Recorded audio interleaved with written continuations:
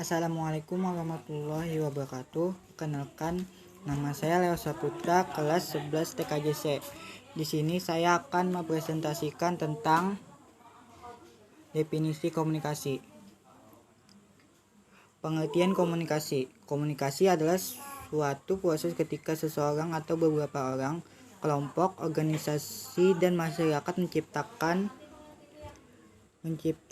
dan menggunakan informasi agar terhubung dengan lingkungan dan orang lain. Pada umumnya, komunikasi dilakukan secara lisan atau verbal yang dapat dimengerti oleh kedua belah pihak. Komponen utama dalam komunikasi. 1. Komunikator atau sumber atau pengirim pesan komunikator atau source atau sender. Dalam proses komunikasi, yang menjadi sumber komunikasi adalah sender atau mengirim pesan. Komunikator adalah seseorang yang mengirimkan pesan. Terdapat beberapa faktor dalam diri komunikator yang menentukan efektivitas komunikasi, yaitu sikap komunikator dan pemilihan berbagai simbol yang penuh makna. 2. Pesan atau message. Yang dimaksud dengan pesan adalah informasi yang akan kita kirimkan kepada komunikator atau penerima pesan atau khalayak sasaran. 3. Encoding. Encoding adalah proses mengambil pesan dan mengirim pesan ke dalam sebuah bentuk yang dapat dibagi dengan pihak lain. 4. Media atau saluran komunikasi (channel).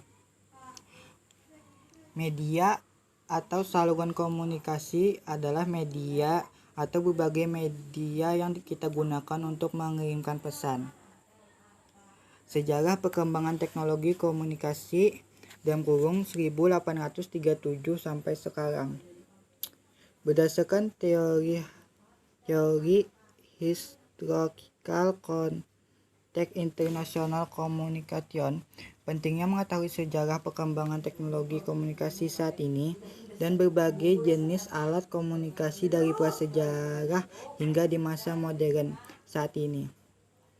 Kita menjadi paham akan sejarah perkembangan teknologi yang semakin cepat dan semakin canggih. Elemen komunikasi data. 1. Pengirim. Pengirim atau sender adalah pihak yang membuat pesan dan melakukan aktivitas menyampaikan pesan tersebut kepada penerima pesan. 2. Penerima.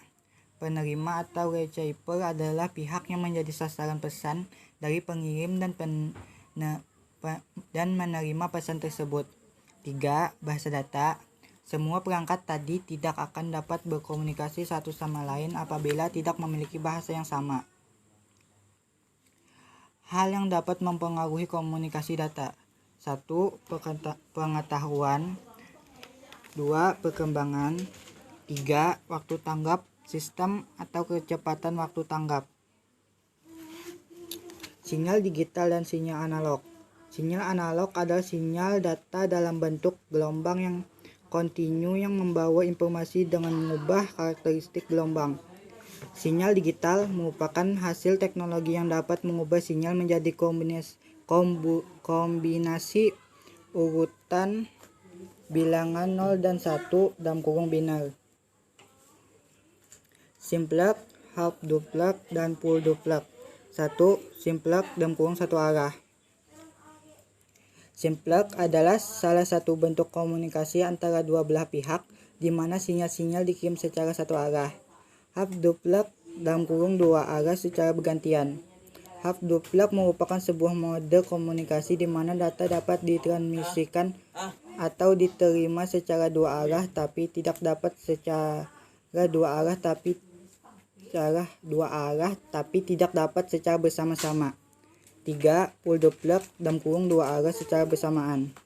Dalam komunikasi full duplex, dua pihak yang saling berkomunikasi akan mengirimkan informasi dan menerima informasi dalam waktu yang sama dan umumnya membutuhkan dua jalur komunikasi. Transmisi serial dan transmisi paralel.